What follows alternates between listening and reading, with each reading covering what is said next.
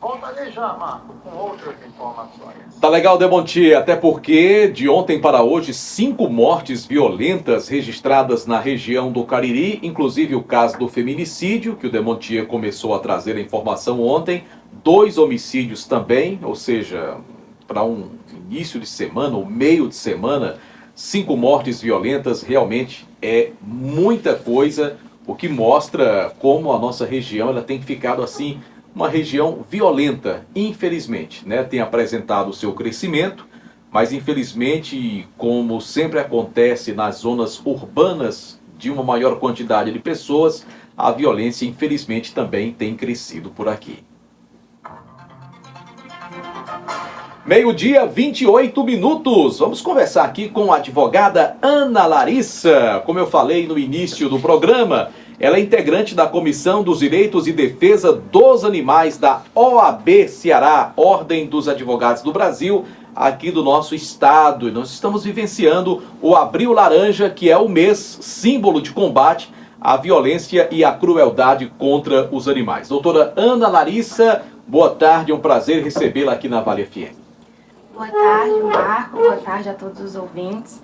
É um prazer estar falando desse tema tão importante, tanto que existe, né, o Abril Laranja, o mês contra a prevenção contra a crueldade animal, mas a gente já precisa deixar bem claro que não é só no mês de abril que devemos combater essas crueldades, mas durante todo o ano, né? E assim, qual é a mensagem inicial que a senhora traria para os nossos ouvintes com relação a essa questão que a gente infelizmente vê no dia a dia, que é a violência contra os animais? Eu acredito que a violência animal, ela está muito atrelada ao fato de que nós, seres humanos, inicialmente, víamos os animais apenas como fonte de alimentação, apenas como nossos protetores para proteger a casa, para proteger os nossos bens. Nós não víamos eles como membros da família, como nós vemos hoje e como o direito hoje aborda. Hoje os animais eles são membros da família, tanto que existe casos já na justiça de herança, de guarda compartilhada em relação a isso. Então eu acredito que ainda existe uma visão muito enraizada, muito forte de que o animal ele foi criado para servir o homem. E por isso existe sim ainda os maus tratos, pois as pessoas não têm essa visão de que os animais eles não são apenas para servir os humanos, mas sim também para viver conosco. Doutora Larissa, aproveitar aqui para entrar no assunto com relação aos animais que trabalham, né, que são colocados para trabalhar no transporte de tração, né, as populares carroças, que a gente tem bastante aqui na nossa região do Cariri. E, claro, eu não vou generalizar, mas muitos casos já foram registrados de maus tratos a esses animais, em condições realmente muito difíceis, animais doentes, animais mal alimentados, com excesso de carga. O que é que a OAB do Ceará tem feito no sentido de coibir esse tipo de abuso e de violência contra esses animais? Nós já estamos observando há um bom tempo essa prática e já temos essa visão de que essa prática é sim uma prática de crueldade animal. Isso porque no artigo 32 da Lei de Crimes Ambientais, onde prevê que abuso, maltratar, mutilar e ferir animais, independentemente de qual seja a origem desse animal, é crime. Inclusive, nós tivemos um aumento de pena em relação aos animais domésticos, aos cães e os gatos, né? E por isso nós estamos vendo essas carroças hoje em dia também como maus tratos. O grande problema que a gente tem enfrentado é porque as pessoas que utilizam dessas carroças são pessoas que não possuem muita condição financeira para adquirirem outro tipo de automóvel, outro tipo de fonte de movimento, né, para poder realizar aí o seu trabalho. E aí fica nesse impasse entre o trabalho e entre os maus tratos animais. Então esse é o nosso grande problema, a conscientização dessas pessoas para que vejam que as carroças são sim ato de crueldade. Se a gente passa ali no Pirajá, principalmente, a gente vê esses animais presos a carroças, amarrados em árvores, embaixo de sol, embaixo de chuva, sem alimento, sem água, sem descanso, com pesos excessivos nesses animais, sem atendimento médico veterinário e, inclusive, ainda que exista aquela proteção por cima do animal, mas a gente observa vários ferimentos. E isso tudo, de acordo com a lei, é considerado crime, mas existe ainda esse impasse em relação de que, nesse caso, as carroças é o meio que essas pessoas se movimentam dentro da cidade, né? São pessoas que moram em sítios, são pessoas de interiores, que são pessoas de baixa renda. Então é muito difícil conscientizar essas pessoas, porque elas sempre perguntam pra gente: certo, eu não vou utilizar a carroça, e eu vou utilizar o quê? Porque eu não tenho dinheiro para adquirir um carro, eu não tenho dinheiro para adquirir uma moto. Então, existe aqui no Juazeiro já um projeto, né, de lei que proíbe essa prática, mas ainda não foi concretizado. E enquanto isso, a gente trabalha com outras alternativas, como as bicicletas motorizadas que conseguem puxar essas carroças, né, essa parte da carroça, mas sem utilizar o animal. O que a senhora poderia falar também com relação àquelas chamadas rinhas de galo, que infelizmente a gente tem aqui no Cariri, onde os animais são colocados para lutar até a morte? Também combate, né, de cães, treinam os cães para ficar mais violentos, principalmente os pitbulls, e colocam aí para lutarem com apostas altíssimas. Se há uma lei que pune, doutora Ana Larissa, por que não há fiscalização mais combativa a esse tipo de situação que se verifica tanto aqui em várias partes do nosso estado? Essa prática que você citou, as rinhas de galo, né, ela é proibida pela nossa Constituição Federal. Na época que se tratou da PEC da vaquejada, da proibição ou não da vaquejada como uma prática de crueldade animal, nós também tratamos sobre as brigas de galo, as rinhas de galo, e é considerado hoje crime pela nossa Constituição Federal, no artigo 225. Mas, em relação à fiscalização, inclusive eu tive em conversa com o sargento da Polícia Ambiental na semana passada, e ele trata, em relação à prevenção, que é muito individual.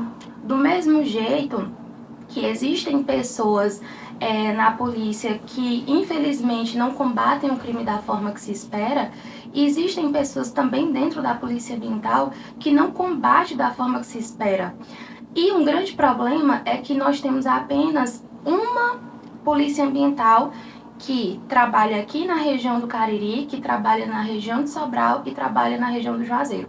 Então são poucos policiais ambientais, são poucos policiais nesta área para combater e dar de conta de crimes em 3 cidades extremamente grandes. Então, por isso que nós não conseguimos ter uma fiscalização mais efetiva. Também porque, normalmente, essas pessoas não são instruídas. Isso é responsabilidade da Polícia Ambiental, mas nada impede que um policial civil que veja essa prática, ele ligue para a Polícia Ambiental para que ela vá lá realizar essa abordagem. Assim como também a própria sociedade, ela precisa entender e precisa realizar as denúncias. A questão é que nós não falamos muito sobre quais são os canais onde se pode fazer as denúncias. E hoje nós temos o boletim de ocorrência de forma eletrônica, então você pode fazer da sua casa pelo Google, é só colocar boletim de ocorrência eletrônico no Ceará e você é direcionado no site. Você pode ligar para o Corpo de Bombeiros, que ele vai direcionar você para a Polícia Ambiental, e também você pode ligar no 180 ou 190, que todos esses são canais de comunicação direto com a Polícia Ambiental para poder estar denunciando. Como esses policiais não ficam na cidade, como a Polícia Civil, eles não têm como ter essa visão 100% de todos os atos praticados. Então, precisamos que nós também denunciemos essas práticas para que eles possam ir lá e atuar. A senhora falou da questão das penalidades no início da nossa conversa, e a gente vê também pessoas que maltratam, especialmente animais de rua. Os animais que ficam perambulando aí pelas nossas cidades. Aliás, houve um projeto muito importante aqui em Juazeiro, que foi da implantação de um castramóvel, para diminuir a população animal que fica nas ruas, né, com a castração de alguns animais. Só que isso tem sido feito de uma forma muito lenta e pouquíssimo perceptível na nossa cidade. E a gente vê um grande número de gatos, de cães aí pelas ruas da nossa cidade. A partir do momento em que uma pessoa maltrata um animal de rua, como essa pessoa pode ser punida e o que diz a lei, doutora? A lei, ela é a mesma que eu falei, prevista no artigo 32 da Lei de Crimes Ambientais. Nós temos uma pena de detenção de 3 meses a 1 ano com multa para todos os animais silvestres, domésticos, domesticáveis. E nos casos de cão e gato, nós temos uma pena de reclusão de 2 anos a 5 anos, mais multa, mais a perda da guarda desse animal. Acontece que houve esse aumento de animais abandonados. O Instituto Pet Brasil, no ano de 2022, ele constatou que no Brasil existem 184.960 animais abandonados. Isso é extremamente grande, esse número. E houve isso principalmente em virtude da pandemia, pelo isolamento social. Muitas pessoas adquiriram animais para se sentirem menos solitários, só que depois voltaram às suas vidas normais e não tiveram adaptação desse animal. Então acabam abandonando esse animal nas ruas, em locais isolados, durante a noite. E isso faz com que esses animais fiquem nas ruas. Há o cruzamento desses animais e isso faz com que exista uma proliferação, né, de animais abandonados e animais nas ruas, até porque, no caso dos animais, normalmente são de 6 a 8 filhotes por gestação, e essa gestação dura mais ou menos de 2 a 3 meses. E a procriação é rápida, né, doutora? Exatamente. Como esses animais não são castrados, acaba impedindo que exista esse cruzamento desses animais, e como são animais de rua, não existe esse cuidado para que não haja essas gravidezes. Então, não tem como a gente conseguir ter esse controle. A questão mesmo é que as pessoas se conscientizem em não abandonar esses animais. E em relação à lei, é exatamente isso. Caso uma pessoa maltrate um animal de rua, seja por envenenamento, seja pela agressão física, a lei está aqui, é o artigo 32 da Lei de Crimes Ambientais, e nesses casos é necessário a denúncia para que a polícia se dirija até o local e seja realizado todo o procedimento legal.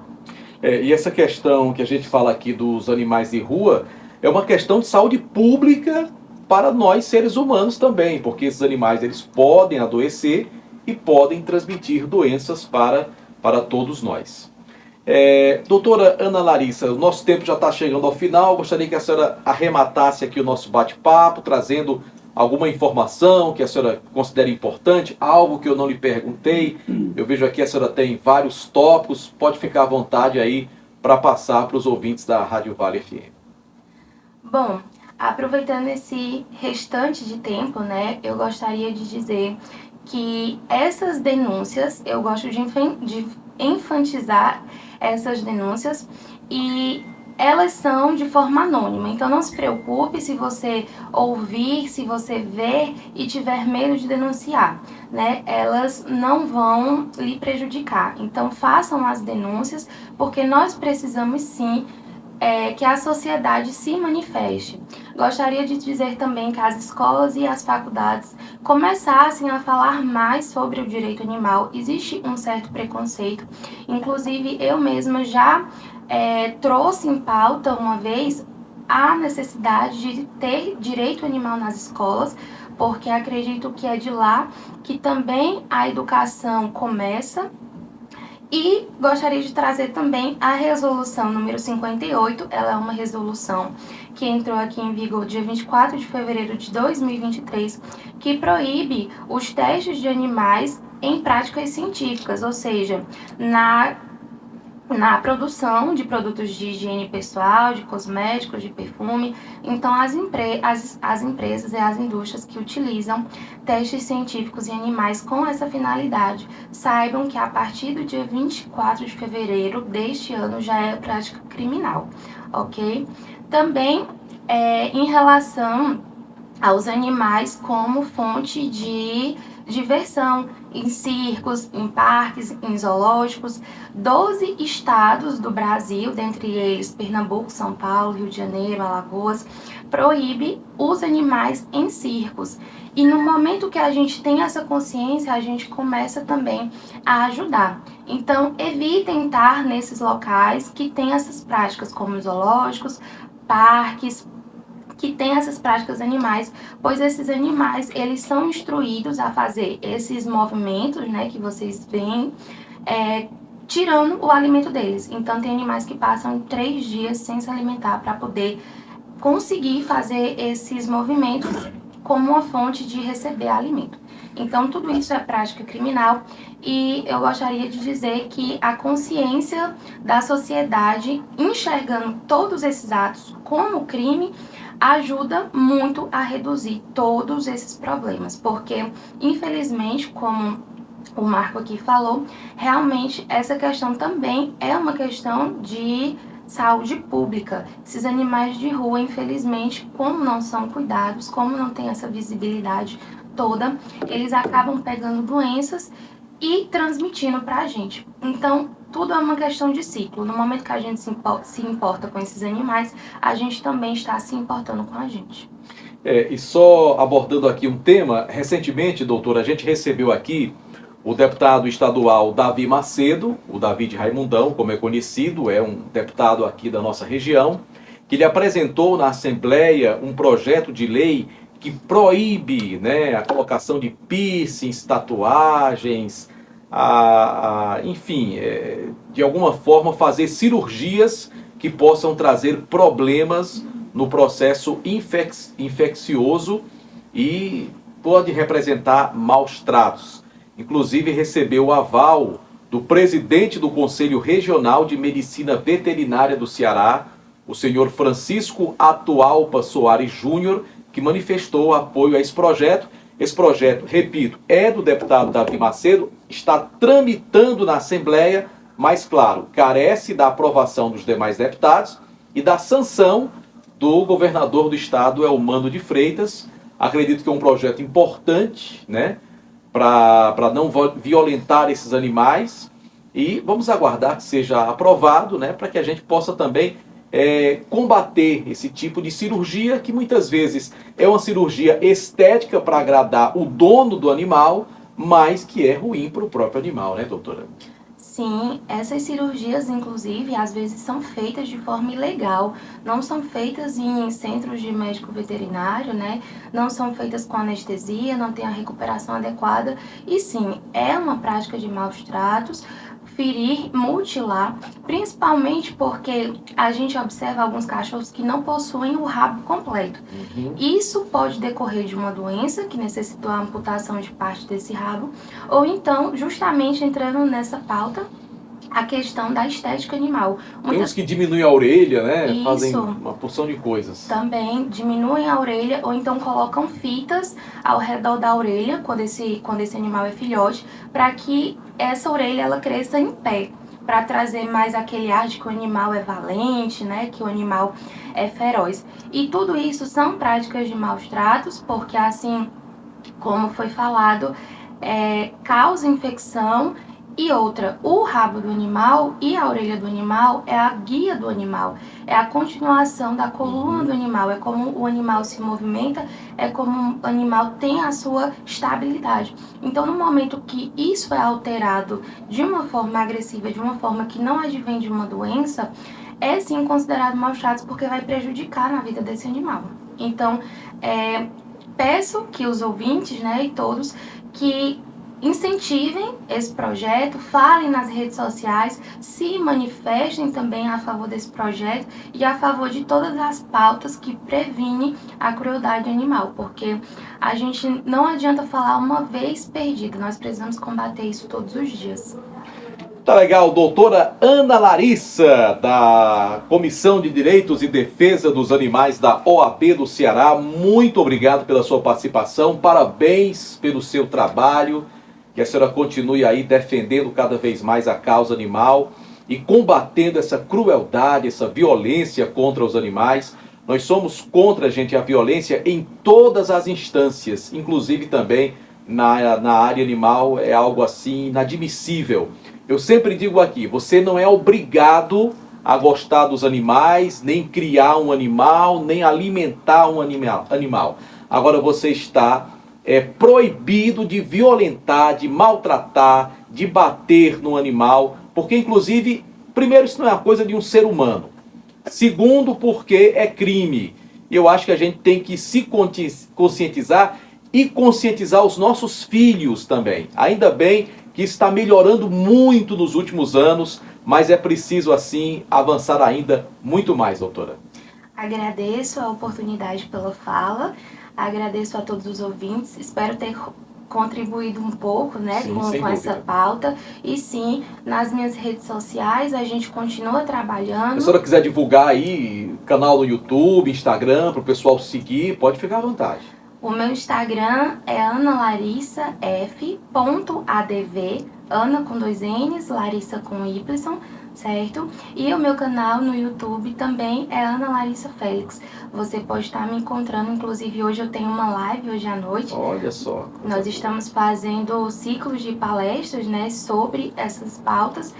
E todas elas ficam salvas no meu canal, você pode estar observando. Também tenho conta no TikTok e todas elas com o mesmo nome, Ana Larissa Félix ou analarissaf.adv.